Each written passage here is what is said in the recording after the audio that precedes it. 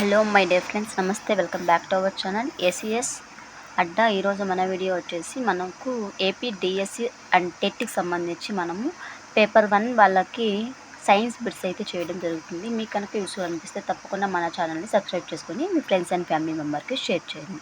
ఇక ఫస్ట్ పోటీ చూసుకున్నట్లయితే ఇక్కడ చూడండి. ఆంటోనివాస్ లూవెన్హోక్ ఏ సంవత్సరంలో సూక్ష్మదర్శిని సహాయంతో సూక్ష్మజీవులను గుర్తించాడు? ఆంటోనివాస్ లూవెన్హోక్ ఏ సంవత్సరంలో సూక్ష్మదర్శిని సహాయంతో సూక్ష్మజీవులను గుర్తించాడు? 1674 1674 సంవత్సరంలో ఆంటోనివాస్ లూవెన్హోక్ అనే ఆయన సూక్ష్మదర్శిని సహాయంతో సూక్ష్మజీవులను గుర్తించడానికి ఇక్కడ సూక్ష్మజీవులను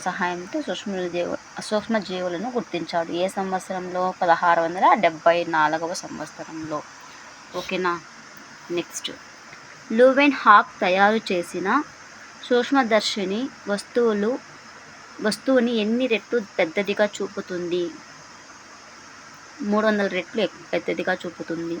లూవెన్హోక్ అనే ఆయన సూక్ష్మదర్శిని వస్తువులను ఎన్ని రెట్లు పెద్దదిగా చూపుతుంది అంటే ఒక వస్తువుని తయారు చేశాడు. దాన్ని తయారు చేసిన సూక్ష్మదర్శిని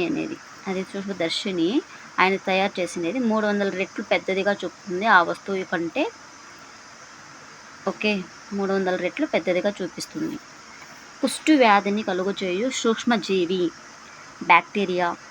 కుష్టు వ్యాధిని కలగచేయు సూక్ష్మజీవి ఏది అంటే బ్యాక్టీరియా. థియో మార్గారిటా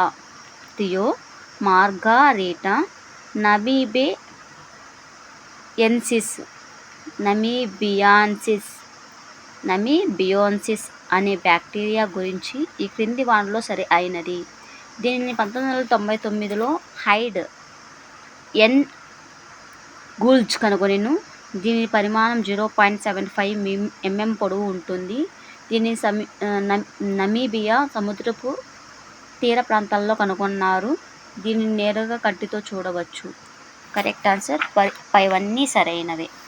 ఇక్కడ వచ్చింది చూడండి, అబ్జర్వ్ చేయండి. థియో మార్గారిటా నమీబియాన్సిస్ అనే బ్యాక్టీరియా గురించి ఈ క్రింది వానిలో సరైనది ఏది అంటే అన్నీ సరైనవే. ఫస్ట్ ఏం చూస్తాం చూడండి. దీనిని 1999లో హైడ్ ఎన్ గూల్జ్ కనుగొన్నాడు. దీని పరిమాణం 0.75 mm ఉంటుంది. దీనిని నమీబియా సముద్ర తీర ప్రాంతంలో కనుగొన్నారు. దీనిని నేరుగా కంటితో కూడా చూడవచ్చు అనేది పైవన్నీ కరెక్ట్ ఆన్సర్ అవుతుందండి. ఓకే, నెక్స్ట్, సూక్ష్మజీవశాస్త్రం ఆవిర్భవించిన సంవత్సరం 1674 1674. సూక్ష్మ జీవశాస్త్రం ఆవిర్భవించిన సంవత్సరం 1674. ఈ క్రింది వానిలో ఆర్థ్రోపోడా జీవి డాఫ్నియా అనేది ఆర్థ్రోపోడా జీవి అన్నమాట. ఓకే, బ్యాక్టీరియాను పరిశీలించడానికి వాడే రంజనం క్రిస్టల్ వయోలెట్. బ్యాక్టీరియాను పరిశీలించడానికి వాడే రంజనం ఏది అంటే క్రిస్టల్ వయోలెట్. సూక్ష్మ జీవనాశకాలను దీనిని నిరోధించడానికి ఉపయోగిస్తారు. పైవన్నిటిని ఏంటివి? గన్నేరియా, డయేరియా, సెప్టిసిమియా వీటన్నిటిని నివారించడానికి ఉపయోగిస్తారు. పోలియో వ్యాధికి చుక్కలు మందును కనుగొన్నది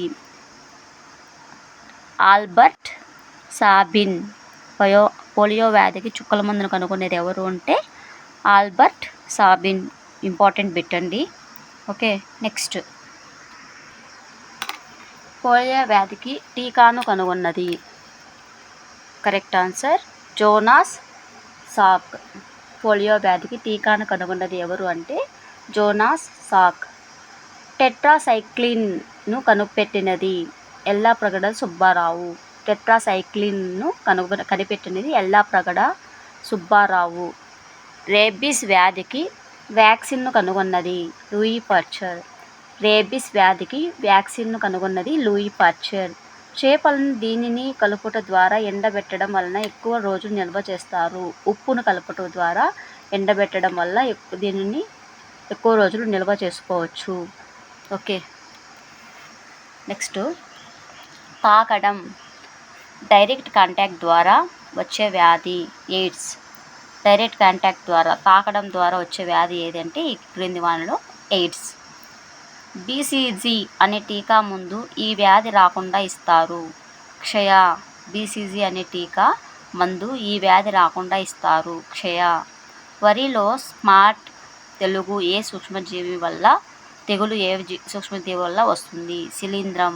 వరిలో స్మార్ట్ తెగులు ఏ సూక్ష్మజీవి వల్ల వస్తుంది అంటే శిలీంధ్రం అనే సూక్ష్మజీవి వల్ల వస్తుంది. నెక్స్ట్, మొలాసిస్ ద్రావణానికి ఈస్ట్ని కలిపి దీన్ని తయారు చేస్తారు. Ethyl alcohol. మొలాసిస్ ద్రావణానికి ఈస్ట్ని కలిపి దీన్ని తయారు చేస్తారంటే ఇథైల్ ఆల్కహాల్. పండ్లు, శీతల పానీయాలు, పాలను ఏ డబ్బాలలో ఉంచి ఎక్కువ కాలం నిల్వ చేయవచ్చు? గాలి తగలని ప్రదేశంలో.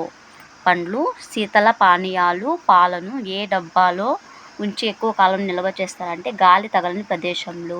క్రిమి సిద్ధాంతాన్ని ప్రతిపాదించినది లూయి పాశ్చర్. క్రిమి సిద్ధాంతాన్ని ప్రతిపాదించింది లూయి పాశ్చర్. ప్రపంచ మలేరియా దినం ఆగస్ట్ 20. ప్రపంచ మలేరియా దినం ఏది? ఆగస్ట్ 20. ఓకేనా. నెక్స్ట్ వన్, పాశ్చరైజేషన్ పాలను ఎంతవరకు వేడి చేస్తారు? 72 degrees Celsius. పాశ్చరైజేషన్లో పాలను ఎంతవరకు వేడి చేస్తారు అంటే 72 degrees Celsius. ఆహారం విషతుల్యం కావడానికి కారణమయ్యే బ్యాక్టీరియా క్లాస్ట్రీడియం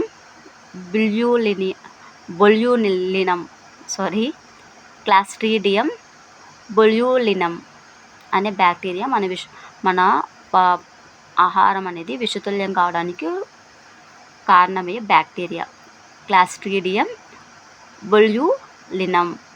బీటీ అనగా బాసిల్లస్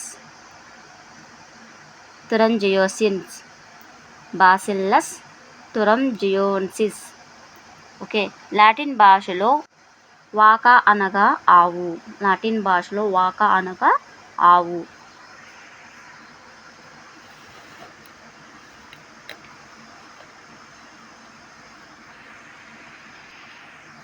నెక్స్ట్ వన్, సముద్రంలో ఓడల నుండి ప్రమాదవశాత్తు ఒలికిపోయిన నూనె తెట్టును తొలగించడానికి దేనిని ఉపయోగిస్తారు? బ్యాక్టీరియాలు. సముద్రంలో ఓడల నుండి ప్రమాదవశాత్తు ఒలికిపోయిన నూనె తెట్టును తొలగించడానికి దేనిని ఉపయోగిస్తారు అంటే బ్యాక్టీరియాలు. అలెగ్జాండర్ ఫ్లెమింగ్ ఏ సంవత్సరంలో పెన్సిలిన్ ఆవిష్కరణను ప్రపంచానికి తెలియజేశాడు? 1929 సంవత్సరంలో. అలెగ్జాండర్ ఫ్లెమింగ్ ఏ సంవత్సరంలో పెన్సిలిన్ ఆవిష్కరణను ప్రపంచానికి తెలియజేశాడు? 1929లో. టెట్రాసైక్లిన్ ఈ వ్యాధి నివారణకు తోడ్పడుతుంది పైవన్నీ. టైఫాయిడ్, క్షయ, ప్లేగు. టెట్రాసైక్లిన్ ఈ వ్యాధి నివారణకు తోడ్పడుతుందంటే టైఫాయిడ్, క్షయ, ప్లేగు పైవన్నీ correct answer. Albert Sabin polio చుక్కల మందును ఏ సంవత్సరంలో కనుగొన్నాడు? 1957 సంవత్సరంలో. ఆల్బర్ట్ సాబిన్ పోలియో చుక్కల మందును ఏ సంవత్సరంలో కనుగొన్నాడు? 1957. పోలియో వ్యాధి నివారణకు ఉపయోగించే టీకా ఓపీవీ. పోలియో వ్యాధి నివారణకు ఉపయోగించే టీకా ఏది అంటే ఓపీవీ. ఓకే. లాస్ట్ వన్, చెరుకులో ఎర్రకుళ్ళు తెగులు వ్యాధి వ్యాపించే విధానం. గాలి, విత్తనాలు. చెరుకులో ఎర్రకుళ్ళు తెగులు వ్యాధి వ్యాపించే విధానం ఏది అంటే గాలి, విత్తనాలు ద్వారా ఇక్కడ ఈ వ్యాధి అనేది వస్తుందన్నమాట. ఓకే. ఇది ఫ్రెండ్స్ ఇవాళ వీడియో. మీకు కనుక యూస్ఫుల్ అనిపిస్తే మన ఛానల్ని సబ్స్క్రైబ్ చేసుకోండి. మీ ఫ్రెండ్స్ అండ్ ఫ్యామిలీ మెంబర్కి షేర్ చేయండి. ఓకే. ఇక్కడ ఒక్క ఇంపార్టెంట్ టాపిక్ అయితే ఎక్స్ప్లెయిన్ చేస్తాను, ఒకసారి అబ్జర్వ్ చేయండి ఫ్రెండ్స్. అదనపు సమాచారం. హెచ్ఐవి ఇది human immunodeficiency virus. HIV అంటే హ్యూమన్ ఇమ్యూనో డెఫిషియన్సీ వైరస్ అన్నమాట. ఇది మానవుని లింఫోసైట్లలో నివసిస్తుంది. చాలా డేంజరస్ అండి. ఇది ఎయిడ్స్, అక్వైర్డ్ ఇమ్యూనో డెఫిషియన్సీ సిండ్రోమ్ను కలగజేస్తుంది. హెచ్ఐవి ద్వారా మనకి ఎయిడ్స్ అనేది వస్తుందండి. ఓకే.